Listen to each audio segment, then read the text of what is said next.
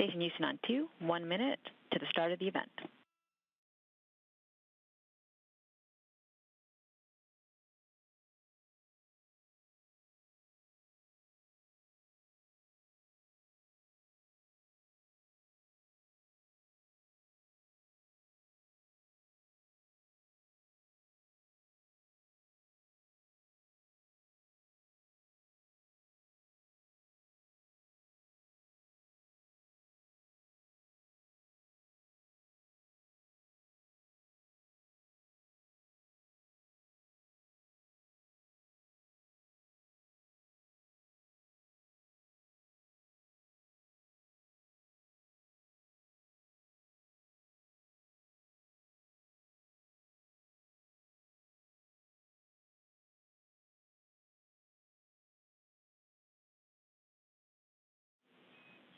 Station, this is Houston. Are you ready for the event? Houston, this is Station. We are ready for the event. UNISPACE, this is Mission Control Houston. Please call Station for a voice check. Station, this is Jim Green in Vienna. How do you hear me? Hello, Jim. We hear you loud and clear. Welcome to the International Space Station. It's great to hear your voice again.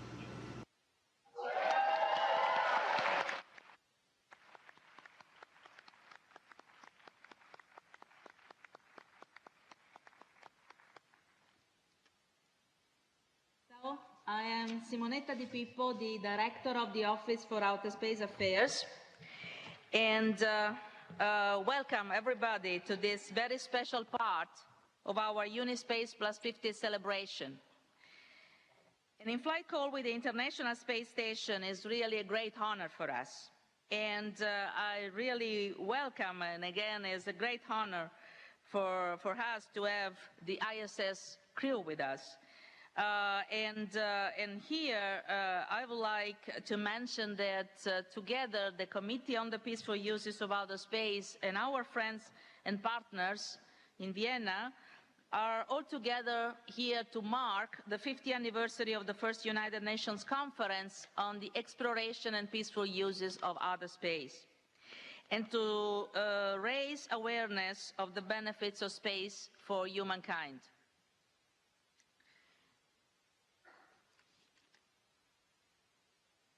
Okay, so it is my pleasure to introduce Dr. Jim Green, NASA Chief Scientist, who will lead today's call.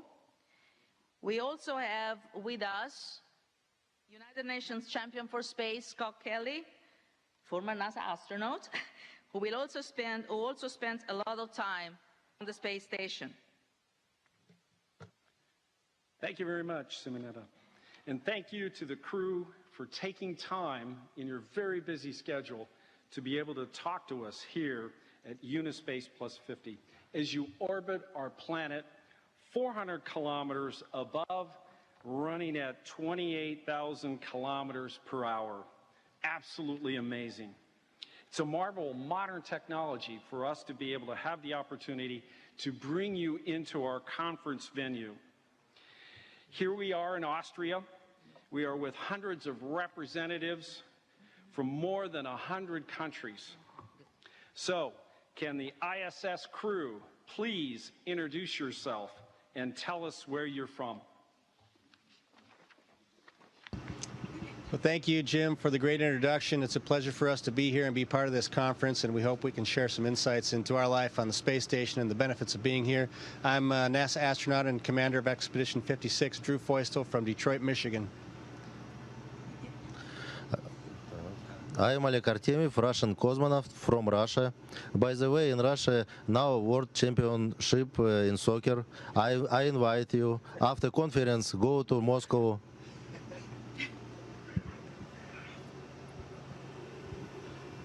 Hi, I'm NASA astronaut Ricky Arnold, originally from Maryland in the United States and currently live in Houston, Texas. Well, currently live on the International Space Station, but I'll go back home to Houston, Texas.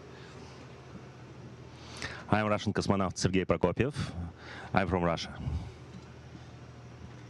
ESA astronaut Alexander Gerst. I'm European with German nationality. Hi everybody to Vienna.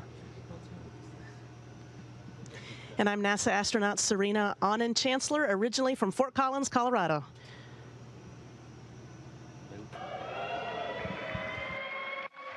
And back to Drew.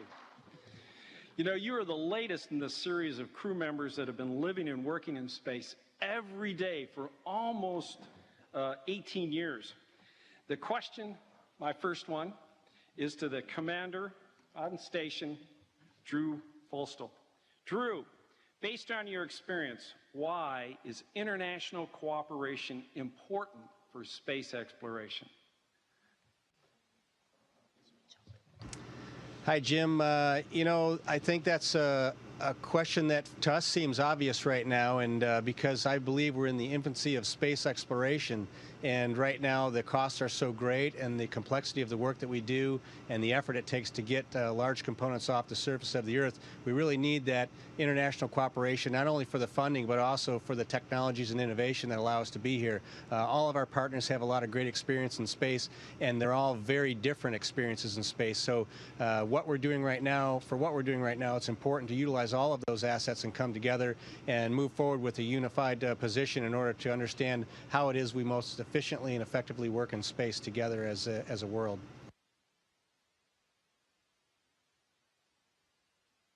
Hey guys, this is Scott Kelly, and the first thing I want to say is it's great to see Serena finally in space, and congratulations, you look great up there.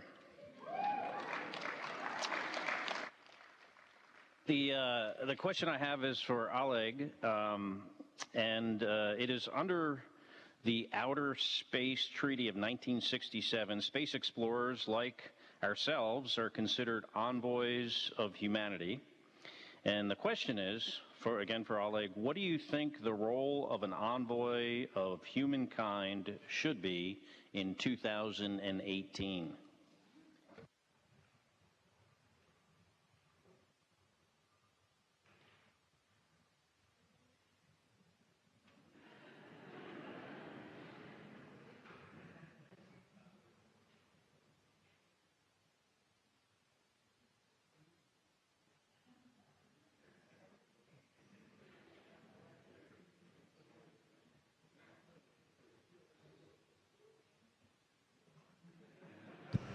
Hey, Scott, great question for you. Do you guys actually have an interpreter down there so that Oleg could elaborate on what that answer might be?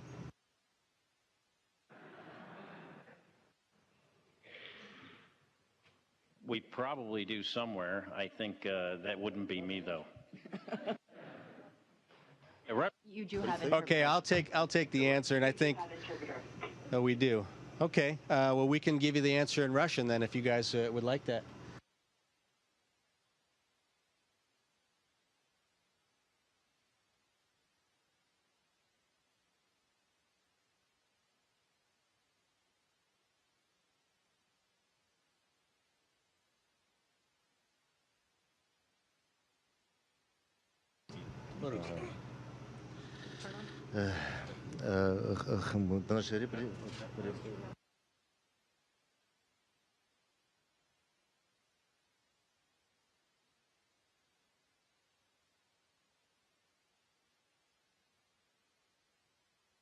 I must save peace of our planet. I think, Scott, to elaborate on that for all of us, I think an envoy from space is somebody that really just needs to go out and be a spokesperson for the idea that humans need to live, to learn, and work off of our planet. In the words of the great John Young, single planet species don't last. And I think as a geoscientist, a few of us here that are geoscientists, myself, Ricky, and Alex, would say that on a geologic timescale, we know that humans represent such a small period of time in the history, not only of our planet, but of the universe. So it's important for us, if we want to continue as a species, to be envoys, to be spokespersons for the idea that we need to learn to live in outer space and operate there so that we continue to exist. This next question is for Ricky. Ricky, what are some examples of how your work on the International Space Station improves the daily lives of people here on Earth? And How is the International Space Station enabling human expansion across the solar system?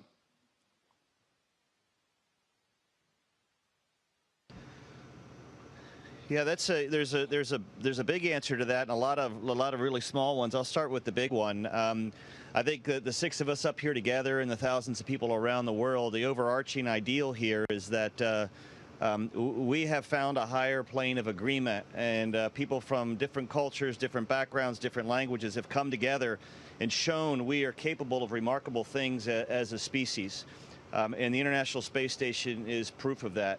The day-to-day work we do here is twofold, and it's focused on improving life on Earth, rather trying to understand how our planet functions, human health, and developing medicines and tools to deal with diagnostic challenges we have in medicine, to laying the groundwork for what happens to humans. Scott's probably going to talk to you about it, but he spent a lot of time in space, a lot more than I will. And our bodies change. And if we're going to go out into the solar system and be a multiplanetary species, which I think all of us here believe we will be, and I imagine most of you in the audience feel the same way, we've got to understand how those changes occur and how we can protect and mitigate the people we send out as envoys to explore the solar system.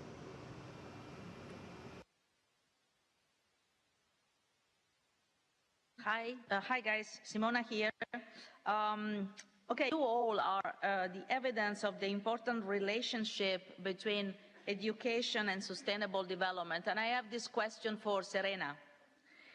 Why is science, technology, engineering, and mathematics important to you?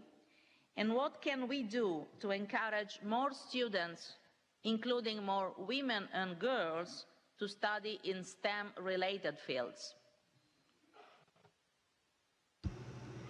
Yeah, that's a fantastic question. I actually get asked that a lot, and I think it comes out of concern.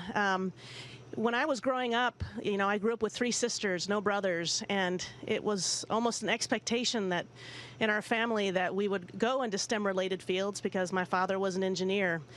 But I think what I see nowadays with young girls and young women is they're very interested in learning more about the STEM-related fields, and they're afraid to ask, because they feel like they're going to bother somebody and take away their time, and their time is too precious.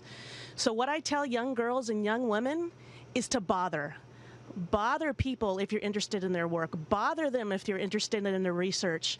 Get them to tell you about it. Ask questions. If you're too much of a bother, they'll tell you to go away.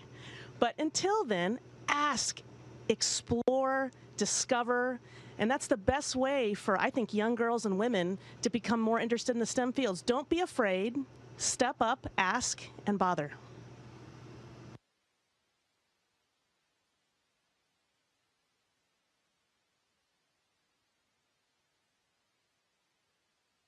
So the next question will be for Sergey, and a little comment first, and then I'll get to the question. But the ISS is a convergence of science, technology, and human innovation that is helping us learn what it means to be a spacefaring species by demonstrating new technologies and making research breakthroughs not possible on Earth. Again, this question is for Sergey. Can you tell us about any new technologies that you are working with or testing in space?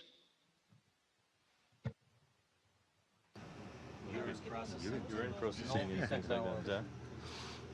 For Russian segment, for us, maybe it's not so new, but new equipment. This is urine processor. This is new for us and on ISS. And one more, we have some EVA procedure for new equipment, Icarus. This is a very interesting experiment, and this is really new equipment. Maybe this is help people to understand how wild animals habitation, and it's very interesting. Thank you, Sergey. And, you know, we know how important the urine processor is on the space station. It's actually one of the most important pieces of the hardware because getting water to space is so valuable. Thank you. Simone again, and this is a question for Alex. Alex, 15 nations contributed to the development and assembly of the ISS, and to date, more than 100 nations have participated in some form to ISS utilization. So, what advice do you have on how countries who are new users of space can engage in ISS research or educational activities, or I would say more broadly, could engage in international cooperation, exploring and using space for the benefit of this planet? Hey, Simona. Yes, good to talk to you, and thanks for the question. It's a really, really good question. And if we look around here, we sometimes forget that, and we have to remind ourselves that we are operating here in the most complex machine that humanity has ever built.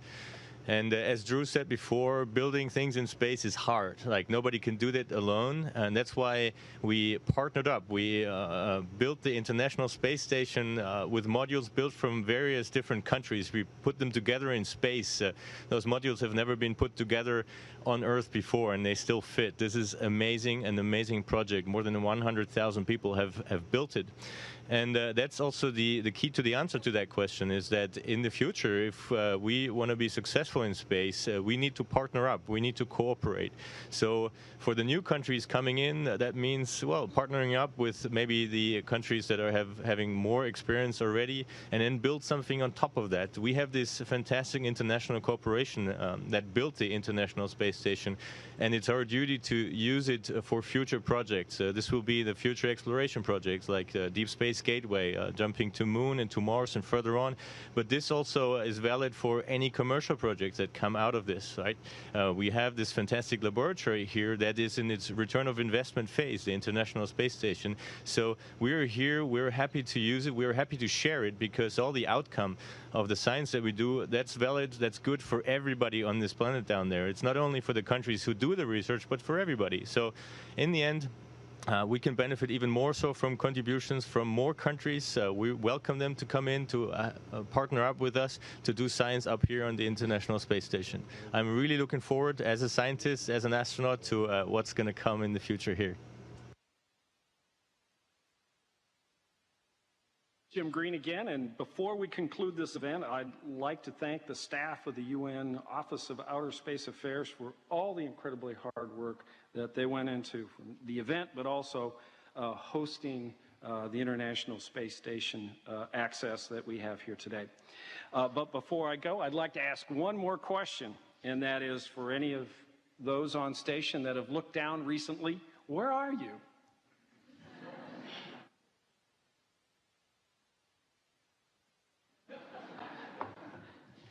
Right now we are, we don't really know unless we look down as well, but right now we're heading over the middle of the Pacific in the south and headed towards Mexico.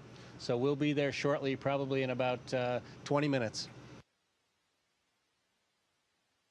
Fantastic. So do you have any final thoughts that you'd like to share with UNISPACE Plus 50? Well, I'd just like to say thank you all for coming together and for recognizing that original meeting and the original ideas that of the peaceful uses of outer space and the space treaties.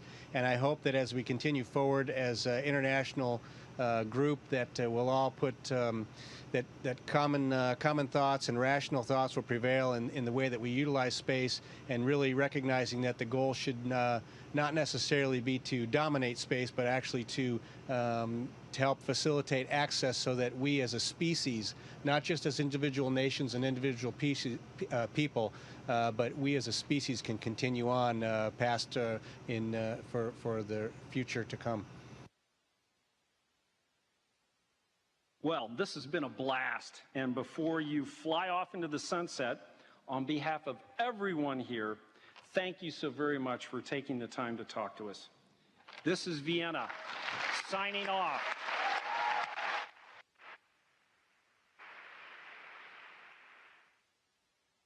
station, this is Houston ACR. That concludes the event. Thank you, UNISPACE and participants station. We are now resuming operational audio communication.